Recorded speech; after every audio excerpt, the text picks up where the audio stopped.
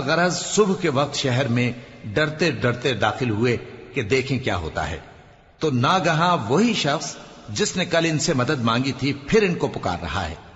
मूसा ने उससे कहा कि तू तो बड़ा बहका हुआ है।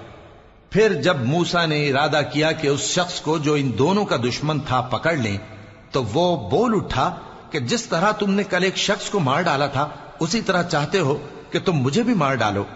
तुम तो यही चाहते हो कि मुल्क में जुल्म सितम करते फिरो और ये नहीं चाहते कि सुलह कराने वालों में से हो जाओ। और एक शख्स शहर की परली तरफ से दौड़ता हुआ आया, बोला कि ऐ मूसा, अहले दरबार तुम्हारे बारे में मशवरे करते हैं कि तुमको मार डालें, सो तुम यहां से निकल जाओ, मैं तुम्हारा खैरखा हूं।